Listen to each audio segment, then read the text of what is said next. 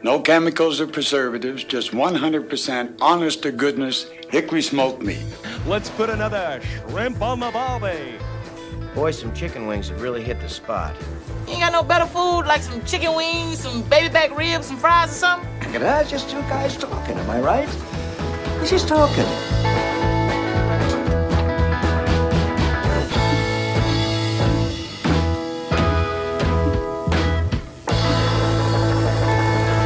Hey, howdy, hey. Welcome to the #1 barbecue podcast in the northern Utah area. Still undisputed champion. Undisputed heavyweight champion. That's right. And, glad you could be here with us. Happy summer. School's out, John. Living the freaking dream. Yeah, my kids are home 24/7. That's so fun. No, it's actually been fun. It's been interesting to watch the transformation of the neighborhood from kids only out at night to just 24/7. Yeah. Like nonstop. Kids are always out. I went fishing the other morning. We talked about that. Had to be up early to go out, and I'd been up early the last couple of days, so I was wiped. So I was like, I'm just gonna take a little afternoon nap. Mm-hmm. Joys of unemployment. Nice.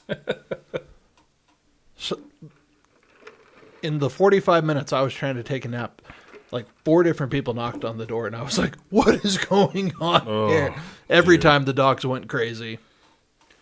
But yeah, it's fun. There's like an energy out on the street. Yeah. So. I like it. It's good for the kids. It drives me crazy when I'm home. Like yesterday, Whitney had a meeting, and the same thing. Like, it was me and the kids, and usually if it's just me, I'm like, no friends. Like, I don't want to watch anybody else's kids. And it was just constant, like, for each kid, multiple people, which is good. So, It's a fun time, but I'm glad that I'm starting to landscape, so I'm never home. It just it makes me appreciate my wife more. Yeah. Oh, I don't know how she does it. Seriously, Whitney's so nice to everybody, and I'm such an old grouch whenever anybody comes to the door. So, yeah, I went fishing with our neighbor behind us, who you know who he is. Oh yeah.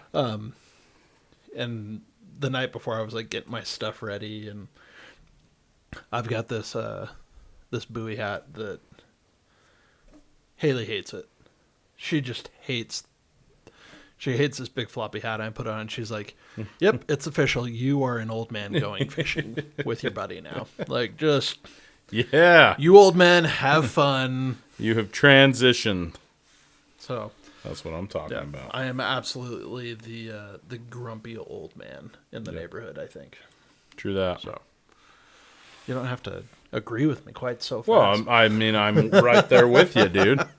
And everybody, all the kids are, I mean, they love Whitney, and they're always like, and then as soon as they see me, they're like, oh my gosh. All right, see you later, Anyway. That's funny. Yeah. We went camping. We did go camping. Mike and I took our families camping, which was a lot of fun, actually. It was, I'll be honest, I was nervous about it, but it was actually pretty awesome. Kids did great. Yeah, we dumped all the kids in a tent. Mm-hmm. Grown-ups slept in the trailer. Yep. Which, with one minor issue, was awesome. Yeah, very cool. Which I was impressed that the kids did as well as they did. I thought for sure it would be like all night, like just a rotating door. Right, just in and out, but Mom, no, they did good. Mom. It was cold, too. Like, it was a little chilly, and they did really well. I know. So. Haley was freezing, like 2 o'clock in the morning. I'm cold. There's an extra blanket at the foot of the bed. I can't get it. I'll be too cold. So. Oh.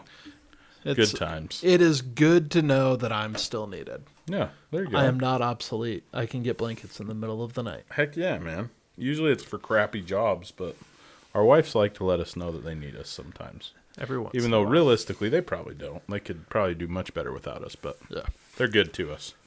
That they are. But yeah, we had some fun. We were connoisseurs of the finest dining while we were there. Oh, yeah, man.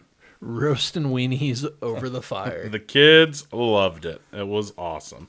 You would think that we would do something elaborate and like fancy because we are the fat guys with smokers. However, we roasted hot dogs over an open fire.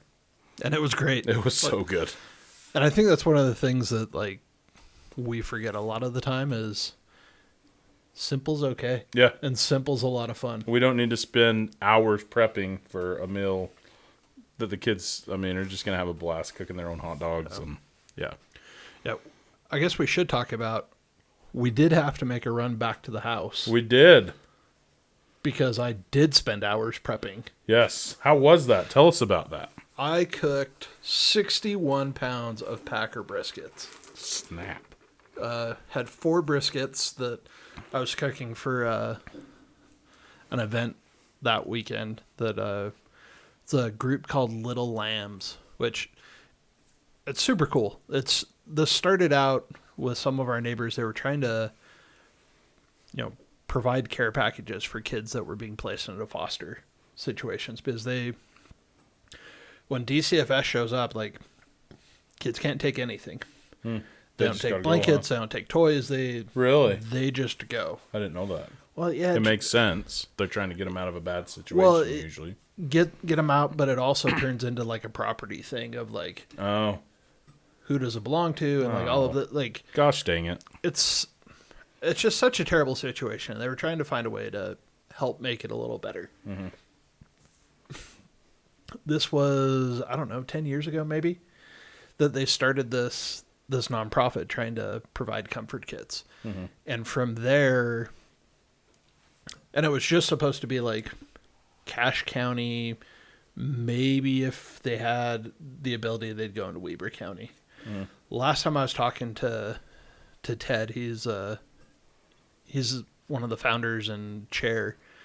I think they go from like Boise to Nephi. Oh, good heavens. Like it's all of southern Idaho and Utah, basically. And they just deliver these care kits, right? They do care kits. They do diaper drives. So families that can't afford diapers for newborns. And they like bring in semi-loads of diapers and just give them out. Oh, man. So cool. And then the newest thing that I think they started last year are at-risk parents and teen pregnancies, helping them, finish high school and get their GEDs. Oh, wow. So that's sick. They do a ton of good. So he asked me if I would cook. He got the meat donated. So it was really cool, but it was a bit of a logistical nightmare because we were camping. Yep.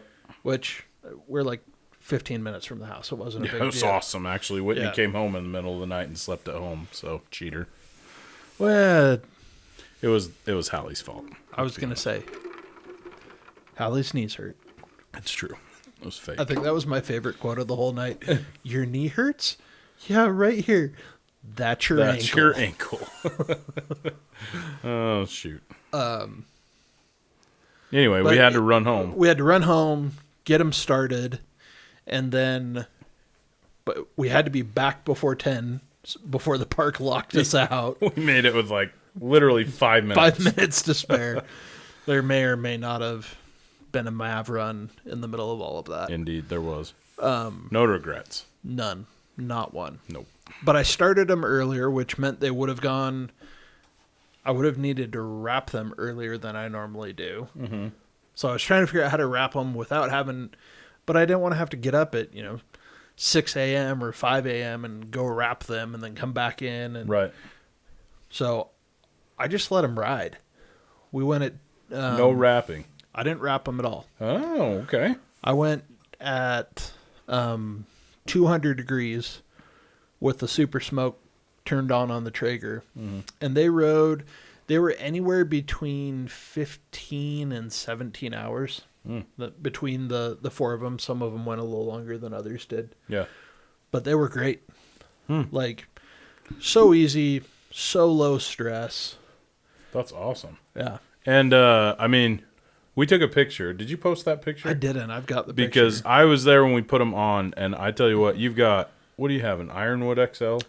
No. I wish I had an iron. Actually, I don't know that I really want the new trigger. Yeah. I've got an Ironwood 885. That's what it is. It's the first generation of the Ironwoods. Pretty good size smoker. And, I mean, that thing had brisket. Yeah, like, 885 everywhere. square inches of cooking space. It was awesome. And there were maybe 25 square inches left.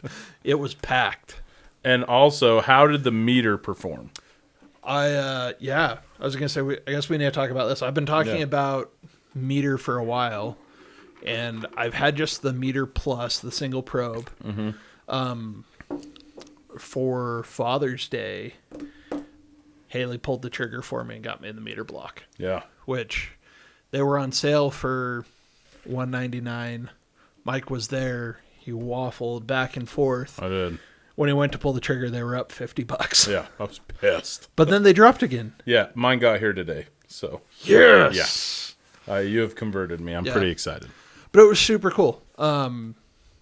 So I had a meter in each of the briskets, plugged them in, and each brisket I was able to watch individually. See, I think that's so cool. The ambient temperature around the brisket and that brisket specifically. Yeah. Yeah, and that's I don't know if we've talked about that before, but it's one of the things that gets brought up on the forums all the time is, the ambient temperature comes off of the very end of the probe, which is right next to a big chunk of meat. Yeah.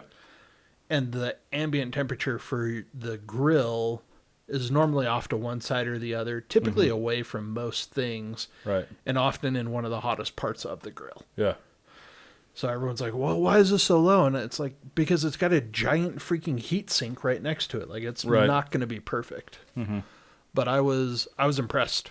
But honestly, probably that's more accurate to what your meat is seeing than what your grill's putting out. Yeah. So you've got to kind of learn to balance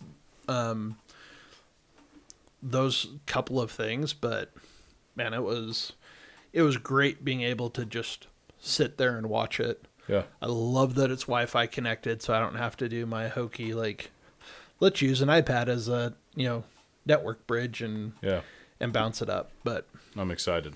yeah. That's awesome.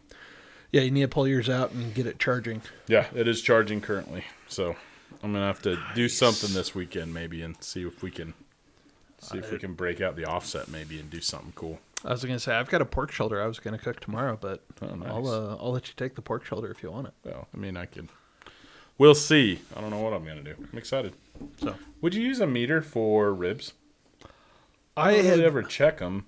I just go by what they feel like and stuff. Yeah, so who is it? I think it's BBQ is her name on Instagram and her company name and stuff.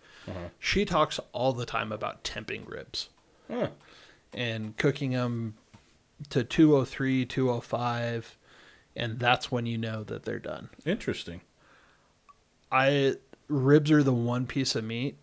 I just think it's really hard to get an accurate reading with an instant thermometer in that thin of a piece of meat. Right, yeah.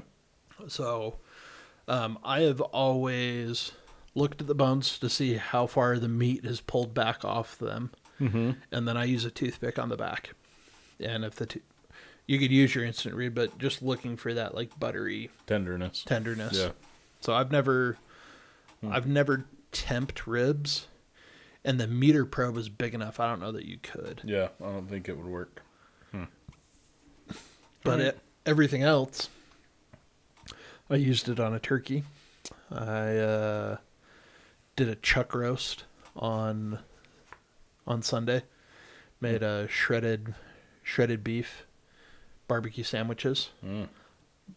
Out of this world. That sounds good. Did you do it on the drum? I didn't. I was going to, but it was kind of rainy. Yeah, and it was a weird day. I was in a suit. I didn't want. Yeah, makes everybody jealous. They're always looking at it. It was fast Sunday, so most people had chosen not to eat that day. Yeah. That just seemed incredibly dirty. But so I just ran it on the Traeger, but smoked it till it got. I was gonna go to 165, but my timing didn't work out. I was going to be gone when it got to 165. So it was like 140, 145 that I put it in a crock pot with a can of Dr. Pepper and some barbecue sauce. Okay.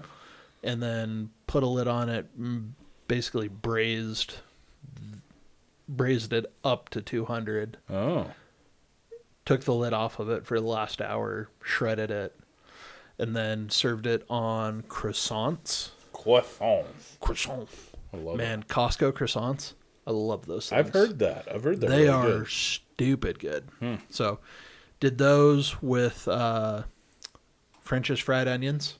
But of course, a Great Value brand, whatever Obviously. they're called. Interesting. And Just kind of sprinkled over the top of each sandwich? yeah. Or you don't like mix them in or anything? Yeah, right? no, just put them on as a topping on the sandwich. And then my dad and I put jalapeno slices on it. Oh, dang. And it was fan-freaking-tastic. That sounds awesome. Yeah.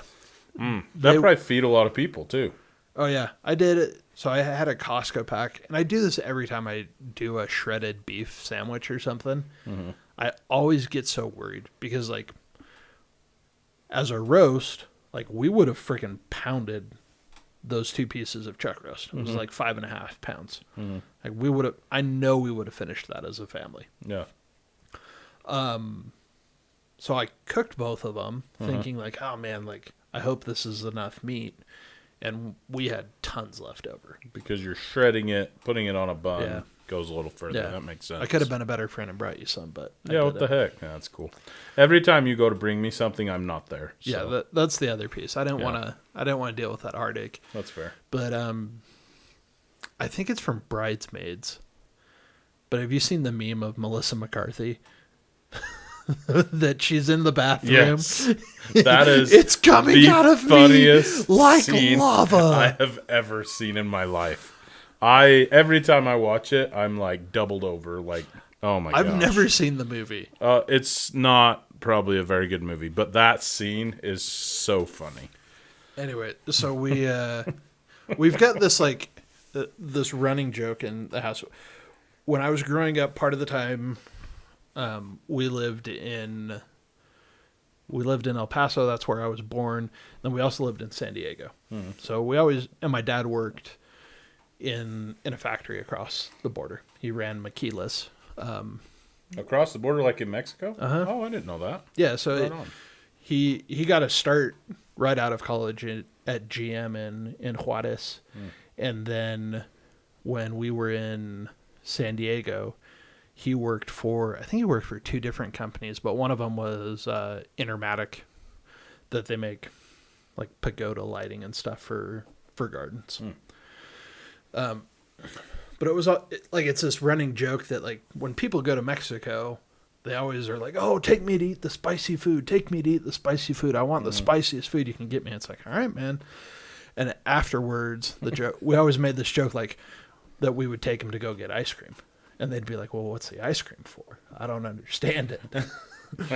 It's like, oh, you will in about 3 hours. And you get in the bathroom and it's so nice it bites you twice. And That's you know, awesome. hear people screaming from the bathroom, come on, ice cream. Come on, ice cream. Man, I was in pain later that night. Because of the jalapenos? Or Yeah, because man. of the Like, beef? the jalapenos they weren't even that spicy, but the last sandwich I had, it was just so good I couldn't help myself. Yeah. And I had a little half sandwich, and I probably put like 10 or 12 jalapenos. Oh man, are they fresh or do you get them out of the jar? No, these were jarred pickle ones, Yeah. so like they're I not like even those that ones. hot. Right. But man, I pounded the jalapenos. And Haley's like out in the bedroom yelling, but we had ice cream. And all I could say was, not enough. Not enough. Wow. Anyways, so TMI, if anyone's still listening, be careful of jalapenos. But that is definitely a meal that's going back, like going onto the rotation. I love that idea. I think my kids would get down on that, like some barbecued beef.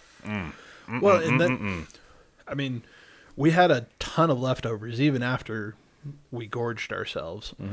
My parents kept some. We brought some home. Haley and I had sandwiches the next day that were delicious. Like, it was awesome leftovers.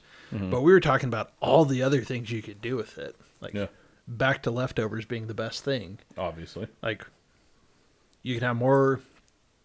You have more sandwiches. You can put it on salads. Baked potatoes, I think, would be unreal. With a little of that in there. Oh, shoot. That sounds great. So, yeah. I definitely think that's gonna be a regular rotation. Oh, right on. So, I'm and probably super gonna copy easy. that. That sounds great. Yeah, I'll send you the link. Let me see if I can find it really quick, because it was not one that I came up with on my own. Haley, of all people. Yeah. It's funny, ever since she started sending us the funny memes, the funny reels, her page is just covered in delicious recipes. In barbecue. So is it on the recipe to smoke it first, or did you just add that? No, this is burnt_pellet_BBQ on Instagram. Nice. And he's got a website, but that's the recipe that I more or less chop followed. it up like that? I did. Nice. So it's chopped up into, like, I don't know, 3-inch cubes or something? Yeah, just like took the chuck roast, cut it into like kind of 6 pieces, which we're going all over the place. We're going down a rabbit hole that I wasn't expecting to. But I had this chuck roast out in the fridge in the garage, and somebody known as Fessed Up Yet, I have my suspicions, we'll do an investigation later, turned the fridge to the coldest setting. Oh. So when I pulled what I thought was going to be a thawed chuck roast out of the fridge, half of it was frozen. Oh, wow. Not like a little frozen with ice crystals, like frozen all the way through. Solid. Really? Huh. Yeah. But I was like, well, crap. Like, I don't know what I'm going to do, but I'm going to cook it anyways. And it actually worked fine. Yeah. I really expected it to take a lot longer to come up to temp. And it was like that piece, it took a little bit longer, but it was only like maybe 30 or 45 minutes. Really? And it was up to the same temp as the other side of the roast that was thawed. So I wonder if, especially on a cook like that, where you're bringing the whole piece up to like 200 and just cooking it kind of at that temperature, if it's not a huge deal to put it in frozen, you know? If I'm taking it to like 165 or something, then it's a problem because it's going to take forever for the interior to get there, and the exterior is going to go way over. But if you're bringing it up to a high temp where you can shred it, it probably doesn't matter quite as much. Yeah, I was just going to, because I put a meter in each side just to kind of be like, let's see what happens. So I had a piece that was basically totally frozen and another piece that was thawed. And you can see here, this was the thawed piece. Okay. But like pretty typical expectation of what the curve of the graph would look like. It's has a pretty steep start. The first hour it goes from about 35 degrees to right around 100, and then over the next 2 hours crawled its way up to 145 where I pulled it. This other piece was, you can see it was frozen, but it was still almost to 100 degrees at an hour. And then from there, like, the graph looks the exact same. It looks the same. That's interesting. So, really interesting. Maybe I'll try and make a graphic out of this and throw it on Instagram so people could see it. But it really surprised me, and it made me think, like, maybe you can cook more from frozen. Yeah. Because at the end of the day, I mean, the two things that attract that smoky flavor more than anything are cold and wet. Right. So a frozen one. Starting frozen seems like the best way to... And again, I think that works fine if you're taking the whole thing up to a really high temperature like that. Yeah. At a low, at a low cook. Wouldn't work for hot and fast. Yeah, no. But, hot and, going low and slow. Interesting. Which, and that was, I think I ran 225. So. Yeah. Not as low as I ever have cooked, but Interesting. definitely not very hot. Right on. So, alrighty. Well, now that we've gone down that rabbit hole, let's jump back out. And Mike, you went shopping. Dude. I can't remember if I've talked about this on here. No, I don't think so. And by you going shopping, you lovingly supported your wife in preparation for her new opportunity. True that. You tagged along to go with her. Yeah. So Whitney's going to start teaching this next year as a kindergarten teacher. So she's trying to kind of build her classroom library, as it were. And there's this big, what would you call them? Like a discount bookstore. They're like the #1 retailer of used books on Amazon. So I don't even know what you'd call it. Big warehouse, I guess. Well, so they used to have a store on Main Street. Yeah. And it was like the oldest, grubbiest bookstore you could ever possibly imagine, with the crotchetiest, angriest people ever. I remember one day I found a book that I'd been looking for. It wasn't in great condition. It wasn't like in a case or anything. I found it on the shelf. And they wanted some absurd price. They wanted $35 or $40 for this used paperback book. I was like, okay, well, that's more than I can afford. I'm not interested in it. The guy's like, well, aren't you going to put it back on the shelf? And I was like, Sure. okay. But yeah, now they're just in a warehouse. Yeah, they are. And I think they still have a storefront. I've not been in there. Whit says it's a little bit nicer, but this warehouse sale that they had, I mean, if you've ever seen the watermelon bins at the grocery store, just a huge box, and it's just chock full of books. Yeah. And they kind of have them sorted, but everybody's just shuffling through them. There's no way to keep it sorted. It's like the DVD, the $5 DVD bin at Walmart. Exactly like that. And the way that they were doing it, the day that we went, at least Whitney had gone 2 days before. She's kind of obsessed, but the day we were going, they just give you a bag, and you fill that bag as full as you want, and it's $15 or something. And I think Whitney got a billion just picture books and stuff.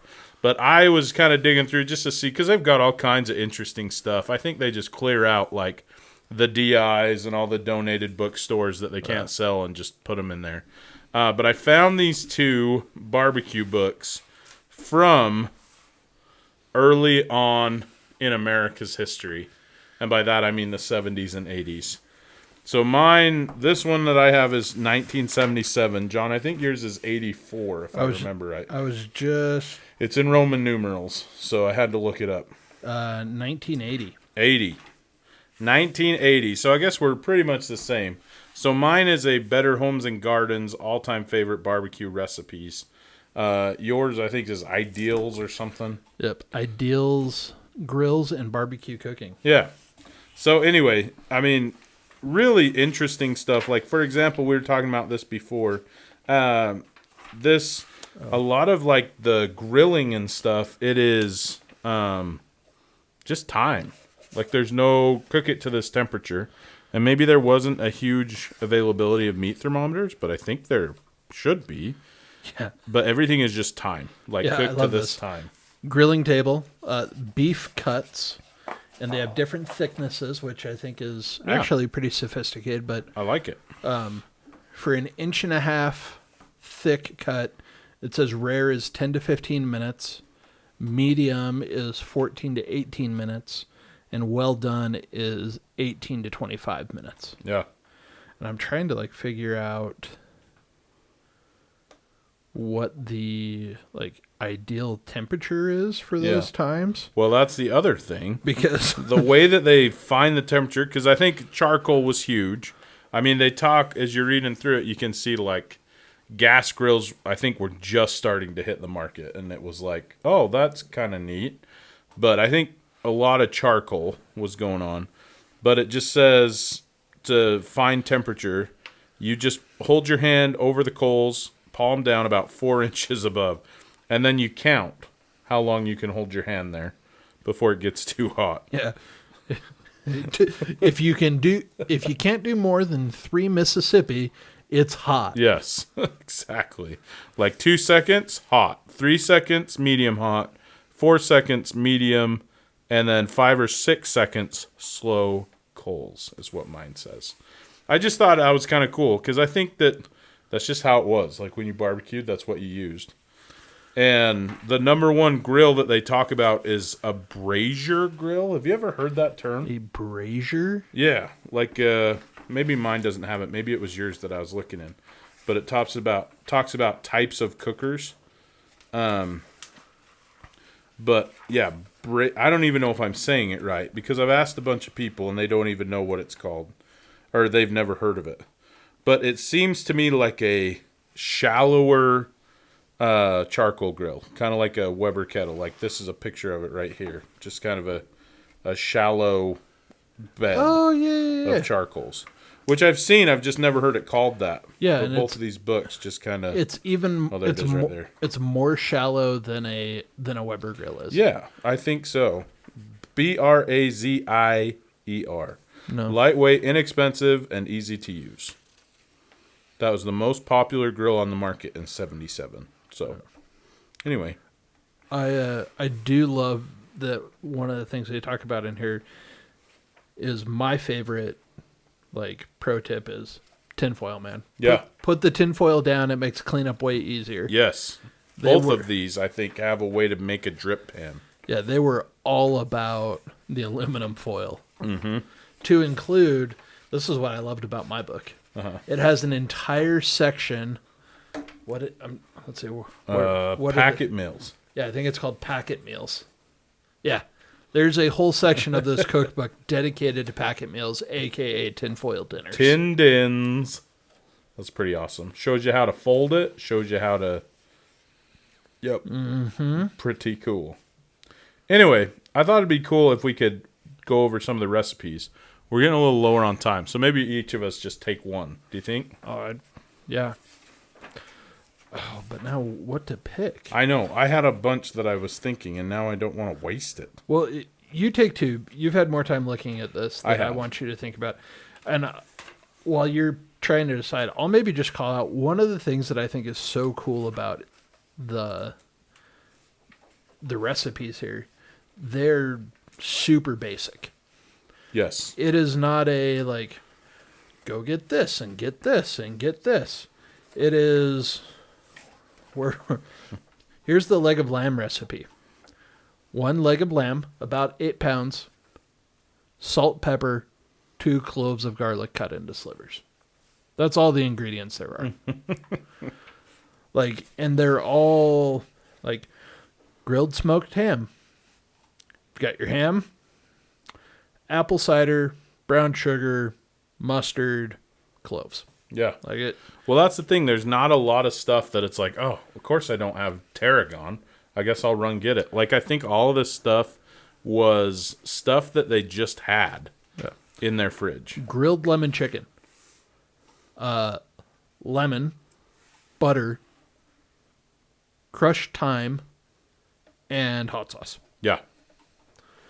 Like, I can get on board with that. Yeah, I am. That's one thing that now that you say that, I'm starting to notice. Like, there's nothing crazy. Like, I feel like some of these cool recipes we see, it's like, well, crap, nobody has that in their pantry. But next time I'm at the store, I guess I'll grab some so I can try this. Yeah. This stuff is legitimate stuff that you would have. Oh, I bought another rub while I was with Haley at Walmart. Oh, what'd you get? It was one of your Killer Hogs rubs. It's the garlic jalapeno Malcolm Reed rub. I've never even heard of that. That must be new. It was on clearance at Walmart for $7. Man. Huh. Anyways, I bought it and she's like, I'm going to kill you. She's like, you're already taking up a shelf and a half in my spice cupboard. Like, yeah, it's just chock full. And this is... That's awesome. No, here you go. New Orleans sauce. Water, bourbon, soy sauce. Boom. Keeping it simple. So, anyways, tell us which ones do you have, Mike? Dude, there's so many. I'm just going with, first of all, I want to point out to your point, there is a recipe in here called Basic Grilled Burgers. 1 pound of ground beef, half a teaspoon of salt, dash pepper. That's the ingredient list. That's awesome. That's sweet. But while I'm on the burgers, I saw this that I'd be interested to try. They've got a picture on here, and I'll be honest, it doesn't look overly appetizing. But this is called Burgers O'Brien. Have you ever had potatoes O'Brien? Yeah, I was going to say, so chopped onions and peppers in it? Yeah. So 12-ounce package, frozen loose hash browns, quarter cup chopped onion, quarter cup chopped green pepper, 2 tablespoons melted butter, 1 beaten egg, 2 tablespoons chopped pimiento, 1.5 teaspoons salt, quarter teaspoon pepper, 1.5 pounds ground beef, 8 hamburger buns, split, toasted, and buttered. And then just basically mix everything together. Ooh. Yeah, I don't know that I could get behind it, but it seems very 70s. Yeah, I mean, anytime you put pimento in anything, I immediately go back to shag carpet and Yes. our burnt orange Burka loungers that we have here on the other side of the studio. Heck yeah. True that. Anyway, that was one that I saw. But there's so many things, and like you said, like I'd kind of like to try these and just have the song "It Was 1970 Something" playing in the background. Like, I don't know. It's all simple and it's all stuff that you would probably have at home. As far as you know, ingredients go. So corned beef barbecue dinner.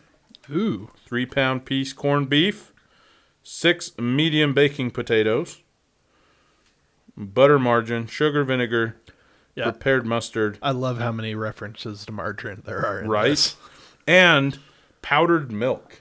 They put powdered milk in everything, man. That must have been a 70s and 80s thing. I was going to say, I can remember stories about my my grandpa, like, stretching the milk by taking, like, half a gallon of milk and filling it with water and putting powdered milk in it. Oh. I don't like milk to begin with, and the idea of powdered milk. Well, I do like milk, but I don't think I've ever had, at least knowingly had, powdered milk. Yeah. I'm just kind of looking through here to try and gut check your call. So far, the only thing that I know I don't have in my kitchen cupboard or food storage is for the cranberry barbecued chicken. Mm-hmm. I have no jellied cranberry sauce in this house. Well, John, you need to rectify that because that needs to be fixed. One thing I see here is molasses. I don't have molasses, but I think that was a pretty common thing in people's household in the 70s. I've got molasses. Do you? I've even made brown sugar with molasses. Have you really? Hey, man, Sunday I didn't want to go to the store. Got the white sugar out and started... Just mix molasses? Is that all it is? Started mixing in molasses. Huh. Interesting. Yeah, it was a whole thing. Anyway, this could get interesting. Maybe we'll keep looking at this, come up with a couple recipes that we can try or something. This Please. smoked fish and olive sandwiches. Yes, I saw that, and it made me... Oh. Flaked, 1 cup flaked smoked fish. I can just, like, imagine a can of, like, smoked salmon or something. Uh-huh. Minced pimento stuffed green olives. Ooh. I don't have those either. I can't do olives, man. Neither can I, just man. Thinking about this. Cheese, mayonnaise. I love this. Mayonnaise or salad dressing. Mm-hmm. Like, it was pre-Miracle Whip. Yep. Teaspoon Worcestershire. Garlic, salt, black pepper, and onion rolls. Split. Whole pimento stuffed. Whole. Look, I will always be grateful for the sacrifices that our grandparents and their parents made, especially as, living through World War I and World War II with rations. And man, I know they ate a lot of canned processed meat and fish, but there are some things that I just don't know I could do. Yeah. I'm sure I could get hungry enough and I would do it. Yeah, I'd be grateful for it, but yeah, if you don't have to. Shoot, John, where was that thing that I was looking at I wanted to talk about? Do you remember when I was talking about luncheon meat? Oh, yeah, the pineapple... That's what it was. Pineapple something glazed luncheon meat. Yeah. Oh, no, I can't find it. Oh, nope, that's not It it. was on the left page, top right side of the left page, as I remember. Yeah. Or at least that's where your finger was when you started telling me about it. Apricot glazed ribs. That sounds interesting. I was going to say there was a pineapple glazed ribs in here, but I didn't read the whole thing. Yeah, I feel like I'm not accessing fruit enough in my barbecue. But speaking of luncheon meat, for those not... Oh, here we go. Oh. Mike found it. Yeah, 2/3 cup pineapple preserves, 1/3 cup packed brown sugar, 1/4 cup lemon juice, 1/4 cup prepared mustard, whole cloves, and then 3 12-ounce cans of Spam. Yeah. For those that are not as sophisticated as Mike and I, luncheon meat is the generic term for Spam. Yeah. Which apparently was a thing in the 70s. I love Spam. I'm a fan. I haven't had it for years, to be honest. Really? It was our first meal, I remember, when we first moved. We had nothing. And we didn't want to go to the store because we'd been moving all day when I was a kid, like when we moved to Utah. I remember my mom breaking out the Spam. We'd never had it, and she just fried it up, and it was so good. Yeah. Because I was so hungry. I was going to say, Scott was telling me about his 8-year-old grandson making him a Spam slider. Maybe he's 9, but like got it out, cut it, fried it in the pan. Yeah. Yeah. What do you eat on a Spam sandwich? Like bologna. Yeah, just regular Bread, little mayo. And some lettuce meat. and tomato. Yeah, I mean, if you're going to get fancy with it and go all gourmet, yeah, you can slice a tomato and, put the iceberg lettuce on it. But us normal folk, Just a little mayo, huh? little mayo, little mustard, white bread. Nice. Sweet. Yeah. Speaking of which, that fried... Did I tell you? I brought you fried bologna. Yeah, Or smoked bologna. indeed. I've still got a little bit of it. I so good. minced it up. I don't know if mince is the right word. Chopped, diced. Diced, probably. Diced it up and put it in some like chicken pasta that we ate. Ooh. Big fan. Little zippy zap there, man. Yes, sir. Get on board with that. Yeah, Well, we have certainly run the gambit today. I think so. We've been all over. Show notes So. are going to be pretty tough. To remember everything we talked about. Maybe I'll send you the episode you can listen to. There we it. go. But until next time, we're going to be taking a trip to the 70s. Heck yes. Figure that out. Yeah, So, we are. Some updates on that next time. And I'm John. I'm Mike. And we're Fat Guys with Smokers. Thanks for listening to the Fat Guys with Smokers podcast. Be sure to check us out on Instagram and Facebook. Leave us a comment. We'd love to hear from you.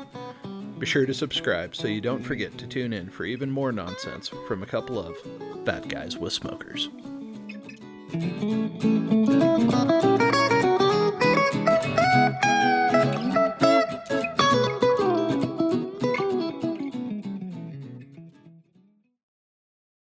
Don't forget to subscribe.